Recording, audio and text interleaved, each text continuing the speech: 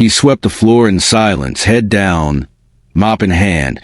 Just another face no one bothered to notice. The hospital's night shift security guard moved through the corridors with quiet steps, checking doors, watching shadows. Most people saw him as background noise, an old man counting down to retirement. But when 6 armed men burst through the emergency room doors at 2:47 a.m., guns drawn and faces covered, everything changed. What they didn't know was that the quiet man with the janitor's uniform had spent 23 years as Delta Force's most decorated operative, and some skills once learned are never forgotten.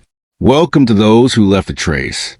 Before we dive into this incredible story of hidden heroism and silent strength, tell me in the comments, from which city in the world are you watching this video today? And if you believe that true warriors never stop protecting others, even in retirement, hit that subscribe button. These stories matter, and they need to be told.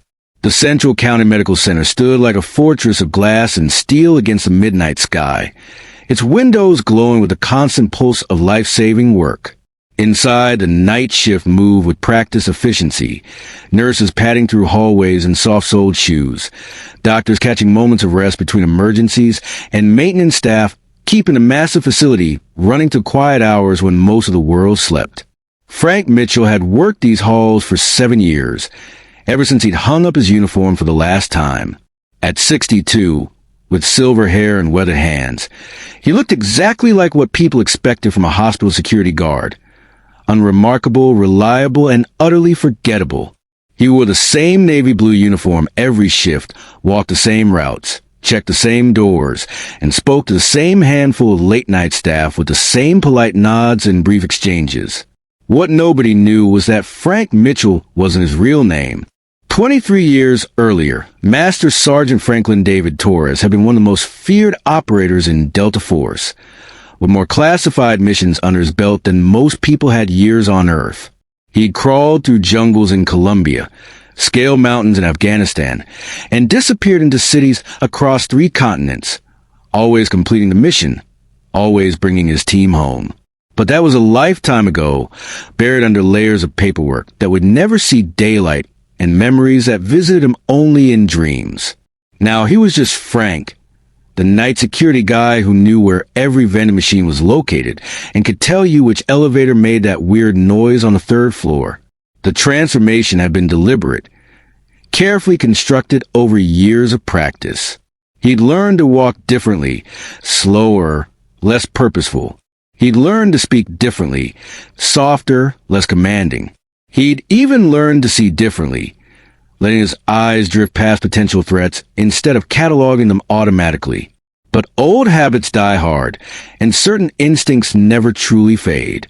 That's why Frank noticed a van before anyone else did. It was 2:43 a.m. on a Tuesday night in October when he spotted it during his routine perimeter check. A dark blue panel van, parked in the emergency room lot, but angled wrong, positioned for a quick exit rather than convenience. The license plate was obscured by mud, and Frank could see condensation on the windows despite the cool night air, suggesting multiple people inside breathing heavily. For 30 seconds, Frank stood perfectly still, his mind automatically running through threat assessments he hadn't used in years. The van's position blocked 2 security cameras. The emergency room entrance was undermanned at this hour, just 1 nurse at triage and a single doctor on duty. The nearest police patrol was at least 8 minutes away, assuming they were even available. Frank's hand moved instinctively toward his radio, then stopped. What would he say? That he had a feeling about a parked van? That his Delta Force intuition was telling him something was wrong? Janet at the security desk would think he'd finally cracked under the weight of too many quiet nights and bad coffee. So instead, Frank did what he'd been trained to do for over 2 decades. He adapted, improvised, and prepared. Moving with purpose he hadn't shown in years, Frank began what appeared to be a routine check of the emergency room area. But his route was anything but routine. He positioned himself where he could observe the van while remaining hidden, check the locations of potential weapons and cover, and mentally mapped escape routes for civilians. His radio was set to emergency frequency, his key card ready for lockdown procedures he hoped he'd never need to use. At 2:47 a.m., the van doors opened. 6 men emerged with the fluid precision of a trained team. They wore black tactical gear, their faces covered by ski masks, and each carried military-grade weapons that Frank recognized immediately: modified AR-15s with suppressors, tactical shotguns, and enough ammunition to hold the hospital for hours. This wasn't a random act of violence or a drug-seeking addict having a breakdown. This was a coordinated assault. Frank's mind shifted into a mode it hadn't accessed in 7 years. Time slowed, his breathing regulated, every sense sharpened to combat clarity as 23 years of training overrode 7 years of carefully constructed normalcy. The men moved toward the emergency room entrance in a diamond formation, professional, disciplined, deadly.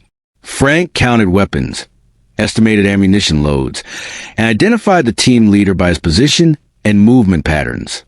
These weren't amateurs. Someone had trained them, equipped them, and planned this operation with military precision. But they had made one critical error in their intelligence gathering. They had assumed the night security guard was just a night security guard. Frank watched through the emergency room's glass doors as the 6-man team entered the lobby. Their leader, identifiable by the tactical radio on his shoulder and the way the others deferred to his positioning, raised his weapon towards Sandra Martinez, the night triage nurse who had been reading a magazine behind the desk just moments before. Everyone on the ground. Now! The voice was muffled by the mask, but carried the authority of someone accustomed to being obeyed. This is not a drill. Hospital security, identify yourself. Frank could see Sandra's hands shaking as she raised them above her head. Behind her, Dr. Patricia Sung emerged from one of the examination rooms, her face pale with shock as she processed what was happening. In the waiting area, an elderly man who'd been dozing in a chair jerked awake, confused and frightened. The team leader gestured to 2 of his men, who immediately began securing the entrances while the others spread out to control the visible civilians. Their movements were efficient, practiced, the kind of muscle memory that came from countless drills and real-world applications. Frank recognized the tactics immediately. Room clearing, hostage control, perimeter security. This was a textbook small unit operation. But it was also happening in his hospital, to his people, on his watch. For the first time in 7 years, Frank Mitchell disappeared completely, and Master Sergeant Franklin Torres took control. Moving with the silent precision that had kept him alive through dozens of classified operations, Frank accessed the security office adjacent to the emergency room. His key card worked with a soft beep that was covered by the shouting from the main area. Inside, he had access to the hospital's communication systems, security cameras, and most importantly, the administrative override controls. Frank's fingers moved across the security panel with practiced efficiency. First, he activated the lockdown protocol for the main hospital, sealing off the emergency room from the rest of the facility. The action would buy time and contain the threat, but it would also trap him inside with 6 armed professionals. Next, he triggered the silent alarm system that would alert police and federal authorities, not the standard emergency call that these men might be monitoring, but specialized frequency used for terrorist incidents and coordinated attacks. The signal would automatically provide location data, facility blueprints, and threat assessment protocols to responding units. Finally, Frank accessed the hospital's internal communication system and began broadcasting a coded message that would mean nothing to the attackers, but everything to the military veterans among the night staff. It was an old Delta Force communication protocol, repurposed for civilian use. Code Black Phoenix. All units, implement Ghost Protocol immediately. Dr. James Richardson, a former Army medic working in the ICU 3 floors up, would recognize the code and begin evacuating critical patients to secure areas. Maria Santos, a Navy veteran working in pharmacy, would lock down controlled substances and establish a communication relay. Even old Pete Kowalski in maintenance, who'd served with the Marines in Vietnam, would understand that something was very wrong and would begin securing potential weapons and tools. But Frank knew that ultimately, this would come down to him. Through the security monitors, Frank watched the team leader address his hostages. The man's voice was calm, professional, almost conversational, the tone of someone who had done this before. Ladies and gentlemen, we're going to be here for a while, so let's establish some ground rules. This facility is now under our control. If you cooperate, no one gets hurt. If you resist, people die. It's that simple. Frank studied the monitors, analyzing the team's positioning and equipment. The leader and one other man controlled the main desk area where Sandra and Dr. Sung were being held. Two men had taken positions at the entrances, weapons trained on the doors. The remaining two were moving through the examination rooms, checking for additional staff or hidden threats. Standard hostage control procedures, executed with military precision. But Frank could see the weaknesses in their formation, the gaps in their coverage that would be invisible to civilians but obvious to someone with his training. The leader continued his speech, his weapon casually pointed in Sandra's direction. We're not here to hurt anyone. We're here for a specific individual who should be arriving at this facility within the next hour. Once our business is concluded, we'll be gone.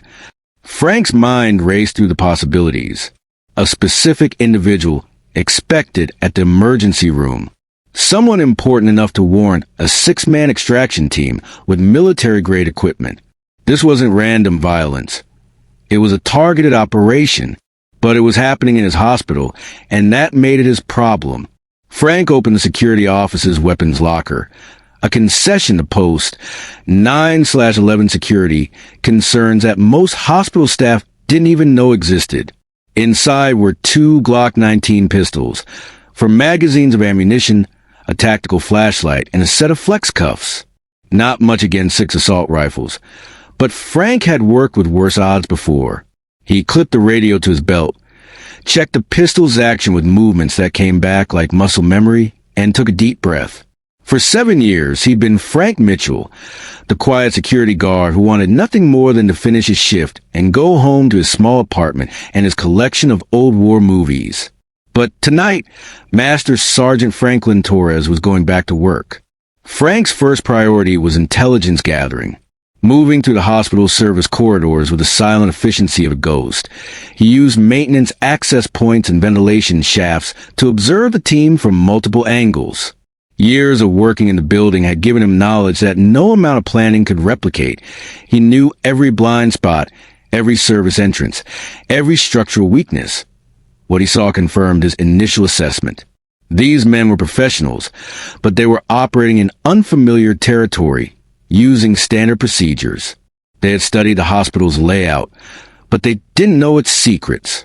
They had planned for resistance from security and police, but they hadn't planned for resistance from someone who understood their tactics better than they did. The team leader, Frank had designated him Alpha in his mind, was positioning his men for a prolonged hold. 2 guard at the entrances, 2 roving patrols, and 2 controlling the hostages. It was textbook hostage scenario control, designed to maintain order, while waiting for their primary objective to arrive. But Frank noticed something else. Alpha kept checking his watch and speaking into his radio in short, clipped phrases. Whatever they were waiting for was time-sensitive, and the longer this operation dragged on, the more pressure they would be under. Frank decided to apply some pressure of his own. Using the hospital's PA system, Frank began broadcasting a series of seemingly routine announcements, but each containing information that would mean nothing to the attackers while providing crucial intelligence to any law enforcement or military personnel who might be listening. Attention all staff. Please be advised that the elevator maintenance schedule for the 2nd floor has been moved to the basement level. Thank you. Translation. The threat is contained to the ground floor. Basement access routes are available for assault teams. Maintenance reminder. The backup generator test for the East Wing will commence in 15 minutes. All personnel should be prepared for potential power fluctuations. Translation. In 15 minutes, I'm cutting power to the emergency room. Be ready to exploit the darkness.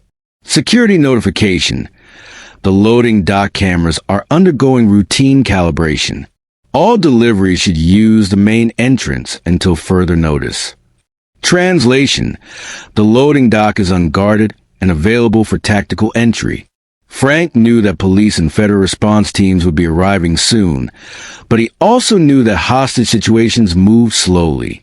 There would be negotiations, tactical planning, and careful coordination, all of which took time that the hostages in the emergency room might not have. So Frank decided to even the odds. His first target was Bravo, one of the roving guards who had been assigned to patrol the examination rooms. The man was professional but predictable, checking each room in sequence with the methodical thoroughness of someone following a checklist. Frank waited in examination room 7, positioned behind a door in the one blind spot that the patrol pattern created. When Bravo entered, weapon raised and attention focused on the obvious hiding places, Frank moved with the silent precision of predator. One hand clamped over the man's mouth, the other applying pressure to carotid artery in a sleeper hold that was as efficient as it was silent. Bravo struggled for perhaps 10 seconds before going limp, his weapon clattering to the floor as Frank lowered him gently to the ground. Frank secured the unconscious man with flex cuffs and confiscated his weapon, ammunition, and radio. Now he had 5 targets instead of 6, and more firepower than the security office had provided. But more importantly, he had created the first crack in the team's confidence. Bravo report came Alpha's voice over the radio Frank had taken. There was no immediate concern in the tone. Routine check-ins were standard procedure. Frank waited 30 seconds before responding in a muffled voice. Bravo, all clear on rounds. Minor equipment check in progress. Copy that, Bravo. Frank smiled grimly. He'd bought himself perhaps 10 minutes before Alpha became suspicious about Bravo's absence. In Delta Force operations, 10 minutes could be the difference between mission success and catastrophic failure. Now it was time to make those minutes count. Frank's second target was Charlie, the other roving patrol who had been assigned to secure the auxiliary entrances and maintain perimeter awareness. Unlike Bravo, Charlie was more experienced, more alert, and positioned in an area with fewer concealment options. Frank would have to get creative. Using his maintenance access keys, Frank entered the hospital's utility room and began systematically shutting down non-essential systems. First, he killed the air conditioning, which would gradually make the building uncomfortably warm and force the tactical team to work harder in their gear. Next, he disabled the automatic doors to the main entrances, creating additional barriers that would slow any escape attempt. Finally, Frank accessed the hospital's fire suppression system. 2 minutes later, the emergency sprinkler system activated in the East Wing corridor where Charlie was positioned. The sudden deluge of water created chaos.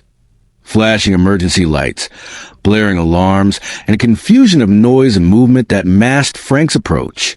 Charlie responded exactly as his training dictated, moving to investigate the source of the alarm while maintaining tactical awareness. But the sprinkler system had created a natural choke point at the corridor junction, and Charlie had to choose between maintaining his position or investigating the potential threat. He chose investigation, which was exactly what Frank had counted on. Frank intercepted Charlie at the corridor junction, using the spray of water and flashing lights to mask his approach. The confrontation was brief but decisive. Charlie's attention was divided between the environmental chaos and his tactical responsibilities, which gave Frank the split-second advantage he needed.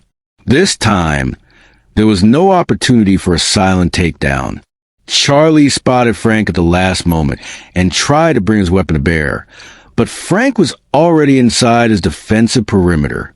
Years of close-quarters combat training took over as Frank disarmed Charlie with a combination of joint manipulation and controlled violence that left the man unconscious but alive. 2 down, 4 to go. But Alpha's voice was already crackling over the radio with increasing urgency. Charlie report. Charlie, immediate response required. Frank keyed Charlie's radio and responded with the sound of rushing water in the background. Charlie here. Investigating system malfunction. East Wing. Stand by. Copy, Charlie. Expedite resolution and return to position. Frank was running out of time and tricks. Alpha was experienced enough to know that 2 simultaneous equipment failures during a tactical operation were unlikely to be coincidental. Soon, the team leader would either send backup to investigate or recall his scattered forces to a more defensible position. Frank needed to accelerate his timeline. Moving through the service corridors with increasing urgency, Frank made his way toward the emergency room's main area. Through the security cameras, he could see that Alpha had indeed begun consolidating his forces.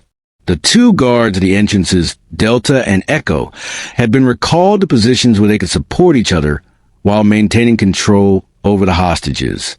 Sandra Martinez was still at the triage desk, her hands visible and her face pale but determined. Dr. Sung had been moved to a position where she could be easily monitored while remaining available for any medical needs. The elderly patient in the waiting area had been secured in a chair where he posed no threat but could be controlled. Alpha himself had taken position behind the main desk that gave him clear sight lines to all entrances while keeping Sandra within arm's reach. It was a smart tactical position that would be difficult to assault without risking civilian casualties. But Frank had one advantage that Alpha couldn't have anticipated. Frank knew Sandra Martinez personally. Over 7 years of night shifts, Frank had shared countless conversations with Sandra during the quiet hours when the emergency room was nearly empty.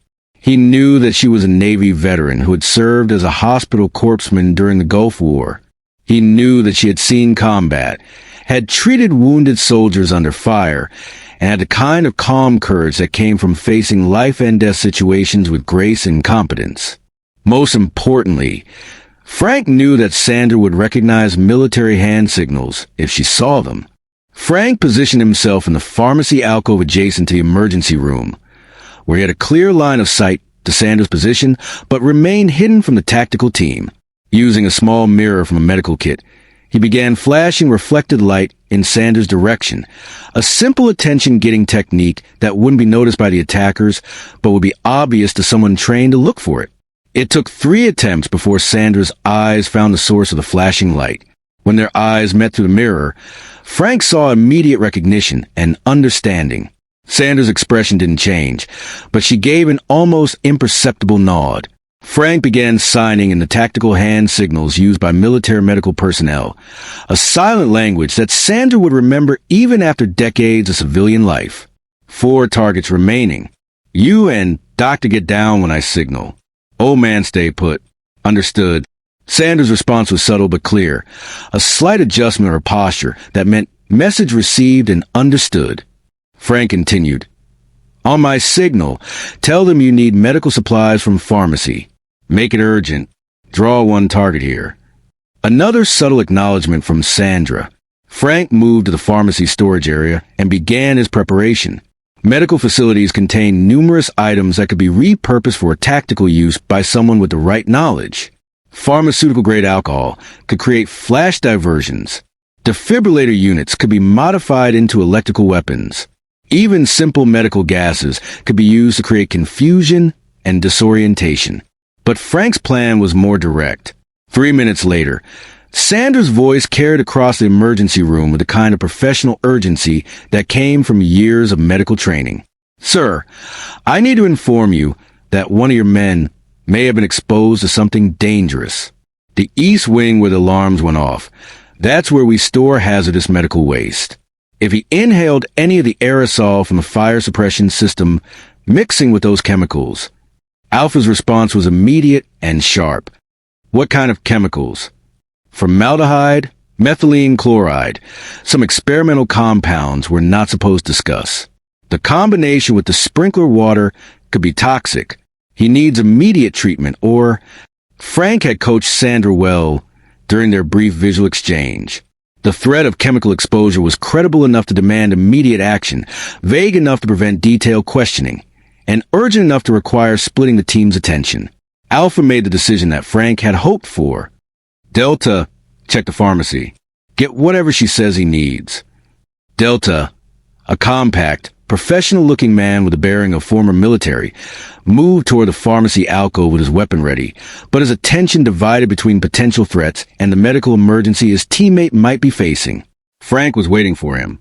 The pharmacy storage area was a maze of shelving units, medical equipment, and supply cabinets that provided dozens of concealment and ambush opportunities. Delta entered tactically, checking corners and maintaining situational awareness, but he was operating in an unfamiliar environment under time pressure. Frank used the maze to his advantage, staying one step ahead of Delta's search pattern while maneuvering into position for a decisive engagement. When the moment came, it was over in seconds. Delta never saw the attack that dropped him unconscious to the pharmacy floor. 3 down, 3 to go. But Alpha's voice over the radio was tight with suspicion and growing anger. Delta, immediate report. Delta, respond now. Frank keyed Delta's radio and delivered the message he had prepared. Delta here. Civilian was right. Charlie's been exposed to something. He's unconscious. Needs immediate medical attention. Requesting permission to bring the nurse back here. There was a long pause before Alpha responded, and Frank could hear the tension in the team leader's voice. Negative, Delta. Return to position immediately.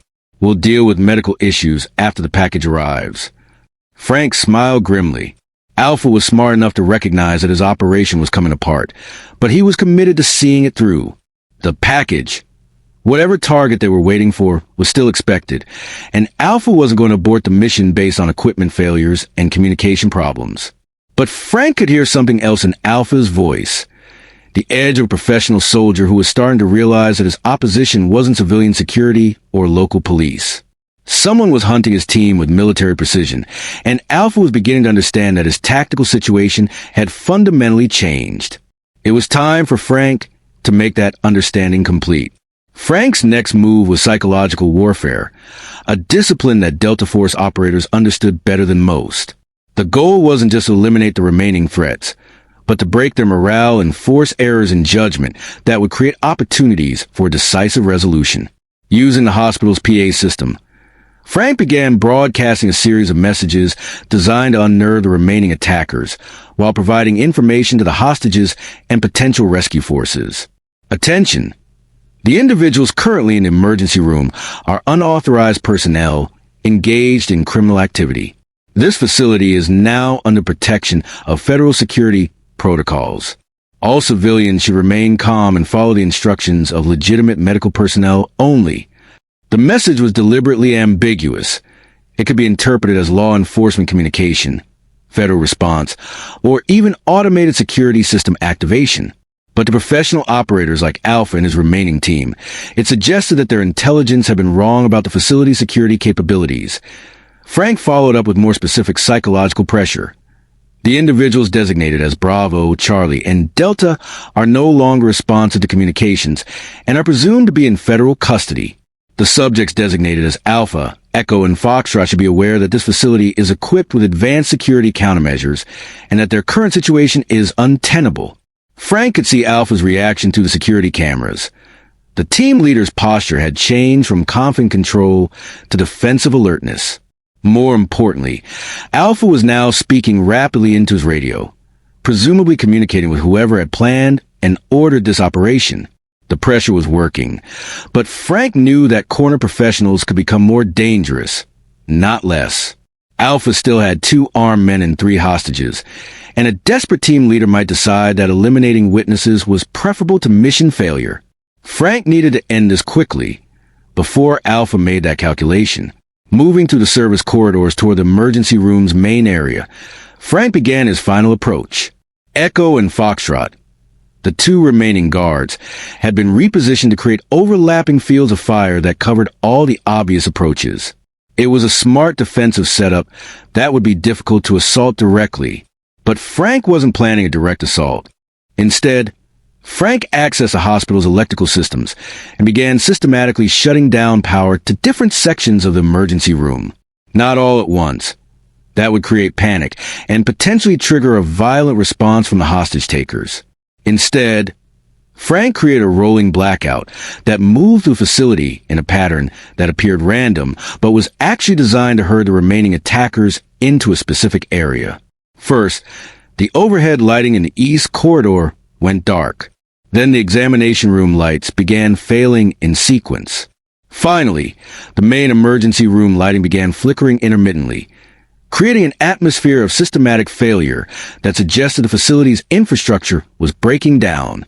Alpha's voice over the radio was sharp with command authority, but Frank could hear the underlying tension. Echo, Foxtrot, maintain positions. This is environmental failure, not tactical action. Stay focused on primary mission objectives. But Echo and Foxtrot were human beings, not machines, and the psychological pressure fighting in a darkening facility against an invisible opponent was beginning to show. Their positions were becoming more defensive, their movements more cautious, their radio communications more frequent. Frank could see through the security cameras that Alpha was struggling to maintain control of both his team and the tactical situation. The team leader was still professional, still competent, but he was operating under the kind of stress that led to mistakes. Frank decided to provide one final push toward that breaking point. Using Delta's confiscated radio, Frank began broadcasting what appeared to be tactical communications from outside law enforcement units. The messages were authentic sounding enough to be credible, but contained information that would increase Alpha's sense of isolation and desperation. Command to all units. Hospital perimeter is secure. Suspect team is contained to ground floor emergency room. ROE authorized for immediate resolution. Sniper teams in position. Await go signal. Roger, command. Assault team standing by. Civilian count confirmed at 3 hostages. Unknown number of hospital staff in secured areas. Medical personnel on standby for casualties. Be advised, suspect team appears to have military training and heavy weapons. Recommend flashbang deployment followed by coordinated breach from multiple entry points. Frank could see Alpha's reaction to these transmissions. The team leader's tactical position was becoming untenable. His escape routes were apparently compromised, and his intelligence about the facility's security had been completely wrong. It was time for Alpha to make the kind of mistake that would end the situation. Alpha's mistake came in the form of tactical tunnel vision. The tendency of even professional operators to focus on immediate threats while losing awareness of the larger tactical picture. Faced with what appeared to be imminent assault by federal tactical teams, Alpha began repositioning his forces to defend against the main entrances to the emergency room. This left Frank with the opening he had been maneuvering to create.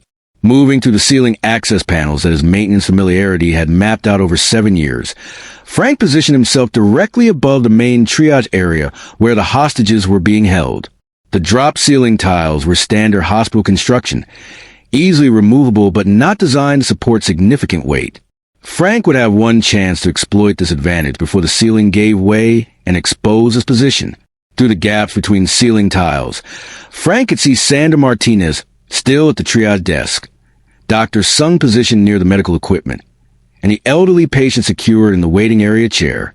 Alpha had moved to a position behind the main desk that provided cover from the entrances but exposed him to overhead attack Echo, and Foxtrot were positioned at the main and secondary entrances, their attention focused outward toward the expected assault that would never come. Frank checked his weapons. The confiscated tactical rifle from Delta provided significantly more firepower than a security pistol, and he had collected enough ammunition from the neutralized attackers to sustain a brief engagement. More importantly, he had tactical surprise and the advantage of fighting from an unexpected direction. But Frank's primary concern wasn't winning a firefight. It was protecting the civilians who had become pawns in someone else's war. Frank caught Sandra's attention with a gentle tap on the ceiling tile directly above her position. When she looked up, Frank signed a simple message. Get ready.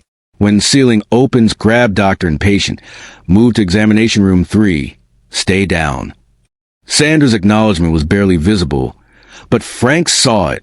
Frank positioned himself above Alpha's location and prepared for what Delta Force training called a dynamic entry, the kind of sudden, overwhelming application of force that ended hostile situations before they could escalate further.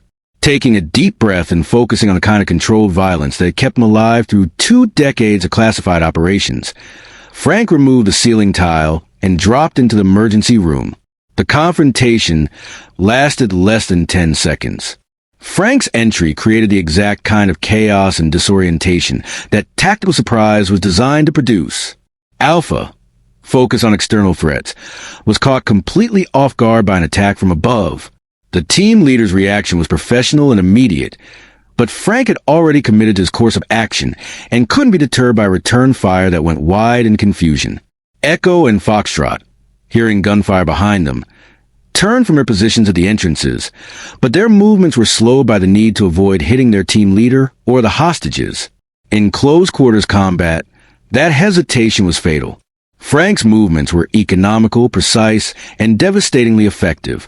Years of training and muscle memory took over as he neutralized each threat in sequence, using the chaos of his entry to maintain tactical advantage until the emergency room fell silent.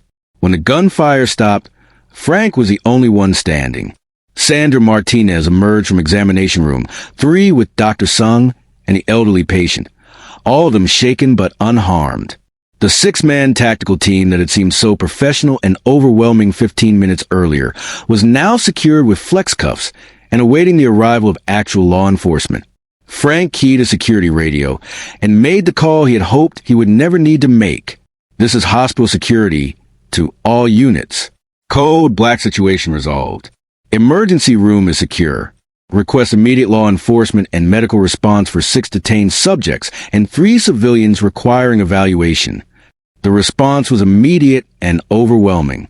Within minutes, the hospital was swarming with police, federal agents, paramedics, and tactical teams who arrived to find the situation already resolved by a night security guard who had somehow single-handedly neutralized a military-trained assault team. But Frank Mitchell, quiet night security guard, had already begun to reappear as Master Sergeant Franklin Torres faded back into the shadows where he belonged. The debriefing lasted 18 hours and involved representatives from local police, the FBI, Homeland Security, and several federal agencies whose names were never mentioned in Frank's presence. The 6 attackers were identified as former military contractors who had been hired to abduct a federal witness scheduled to arrive at the hospital that morning. A witness whose testimony in an upcoming terrorism trial would have put several high-profile criminals in federal prison for life. The tactical team's intelligence had been accurate about the witness's location and timing, but completely wrong about the hospital's security capabilities. They had prepared for civilian resistance and local police response, but they had never imagined that their target facility was protected by a retired Delta Force operator with 23 years of experience in exactly the kind of operations they were attempting. Sandra Martinez became something of a local hero, with newspapers praising the brave nurse who helped coordinate the rescue of hostages from armed terrorists. Dr. Sung was commended for her composure under pressure. Even the elderly patient was interviewed by local television stations about his harrowing ordeal. Frank Mitchell, night security guard, was mentioned briefly in the reports as hospital security personnel who assisted in the resolution of the incident. No details were provided about his specific role or actions. That was exactly how Frank preferred it. 6 weeks later, Frank was back to his regular routine, walking the same halls, checking the same doors, nodding to the same night staff with the same polite exchanges. The hospital had upgraded its security systems and added additional personnel, but Frank's duties remained essentially unchanged. Most people treated him exactly the same as they had before, but Frank noticed small differences. Sandra Martinez's nods carried a different kind of respect.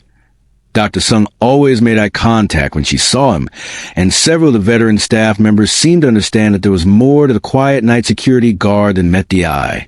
3 months after that night, Frank received a visit from a federal agent who identified himself only as Johnson and carried credentials that Frank recognized as belonging to a very specific type of government service.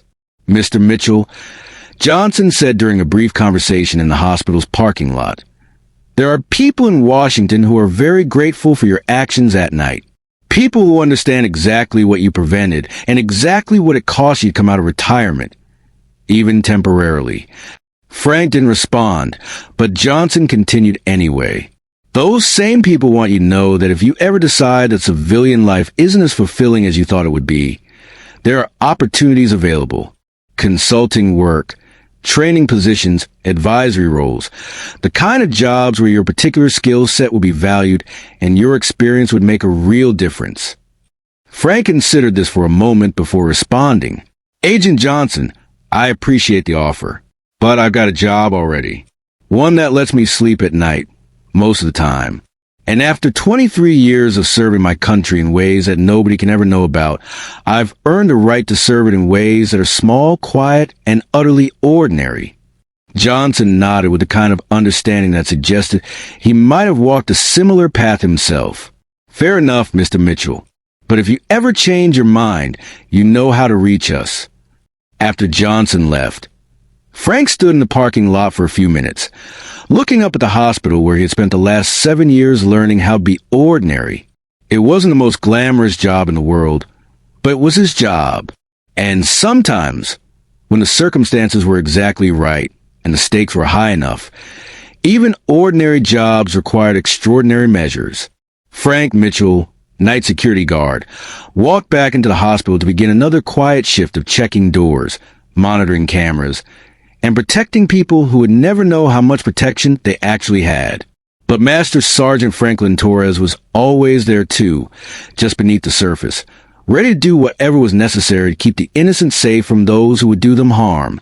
Because some skills once learned are never truly forgotten, and some warriors never really retire. They just find quieter ways to keep fighting the good fight.